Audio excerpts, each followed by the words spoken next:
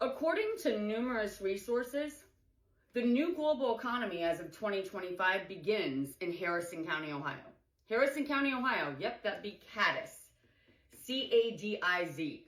Small little town, no more than 3,000 people in the southeastern part of the state.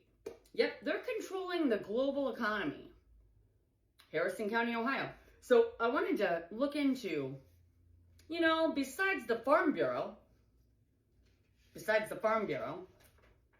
what else does Harrison County, Ohio have going for it?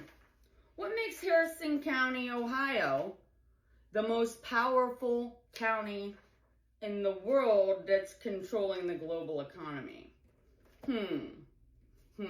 Well, this is 1899. Geography of Ohio that kind of gets down to business as to what makes Harrison County so valuable. So when we think about power, going all the way back to 1899, which is when this book was produced, 1899, this is Ohio. We are only the most powerful country in the world so long as we control and own our own natural resources and agriculture.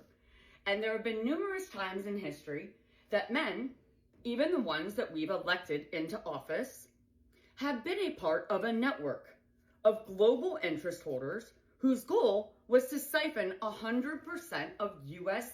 natural gas, oil, coal's a big one, water, but also agriculture. You can't take over the United States and take full control and power over our country without hijacking the Ohio Farm Bureau. The Ohio Farm Bureau was the U.S. Farm Bureau, everybody. Not a lot of people realize that. If you go back and look, the American Farm Bureau had been shut down numerous times in history after being initially incorporated in 1919 by who? Joe Kennedy. Yeah, it was Joe Kennedy and Sam Bush leading the charge for the Rockefellers and the Rothschilds back then. And then oh, by the way, I found out James Maxwell, who was a part of the Spanish flu in 1919, because, it's a 100-year timeline, everybody. It just kind of repeats itself.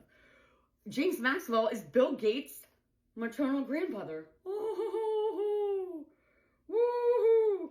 James Willard Maxwell is Bill Gates' grandpa. But anyways, so when we think about the plot and what's occurred since ahead of 9/11 and who was here working to set it up, that would be Jeffrey Epstein. The Epsteins and the Maxwells go all the way back to the 20s. In fact, in the 60s, Swartz and Epstein were investigated for potentially stealing uranium. It was called the Apollo Affair. So now we have Apollo Group, and then we have Swartz and Epstein come back.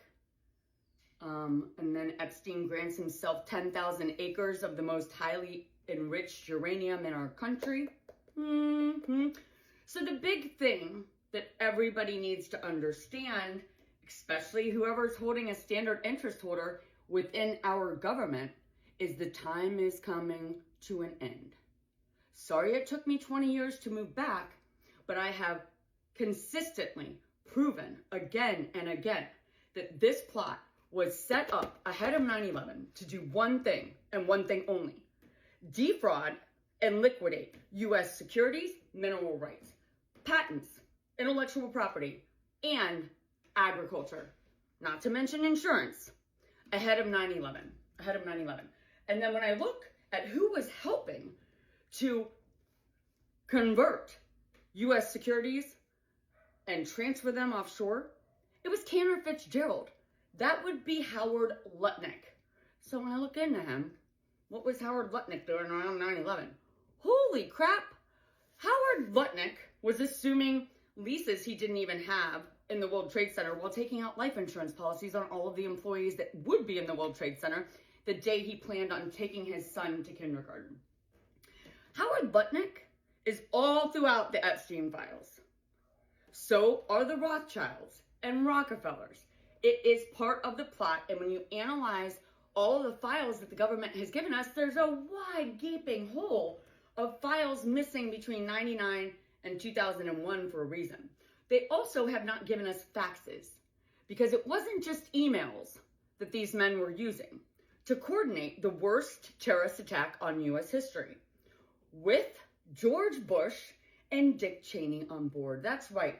If you open up the Energy Task Force that was created in 2001, within 9 days of Dick Cheney and George Bush being in the White House, keep in mind, there are only so many presidents that we did not elect ourselves, and they are one.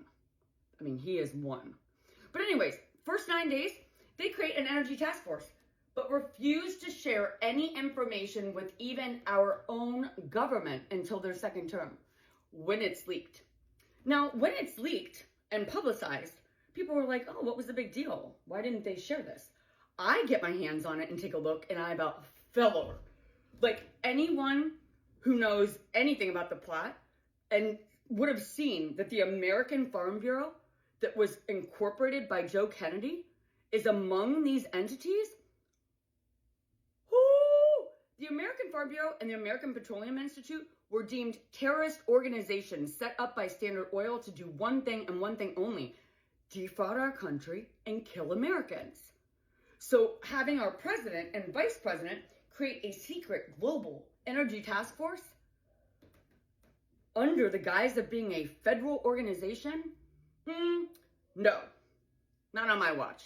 Especially when you look at all of the entities that were part of the Energy Task Force. We have Enron, Tyco, American Farm Bureau, American Petroleum Institute, International Paper, whose CEO is listed as John Runyon. Well, the CEO of Sun Energy is listed as Albert Dunlap.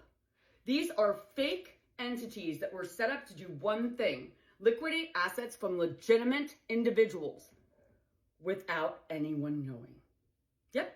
What did they get in return? Well, I mean, Texas Rangers baseball team. Yeah, and then they got 8 years in office. And then they got millions and millions and millions and millions and millions paid out in offshore trusts that were set up using the Farmers Bank and Trust trademark. The Farmers Bank and Trust was in the World Trade Center. If you look at what the government tells us as far as leaseholders, it shows the Thai Farmers Bank and Trust. I called so many people, and I finally got this woman on a call, and she's like, oh, that's a simple mistake. It looks like it was just a typo. Just a typo? The Farmers Bank and Trust turning into the Thai, aka China? Just a typo? Well, what happened to U.S. Grain Exchange? The U.S. Grain Exchange also was in the World Trade Center. No, not there anymore. Not there anymore. Well, guess what, everybody?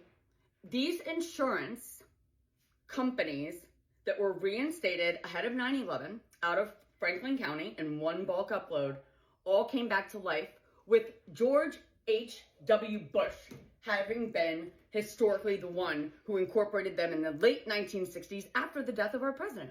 Yep, they were shut down in 68, only to return.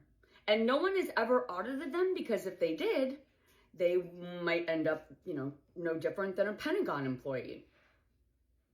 Bombed, murdered, shot. This has been a plot that needs to basically be shut down. It's going to be shut down. It's coming. Your time is coming.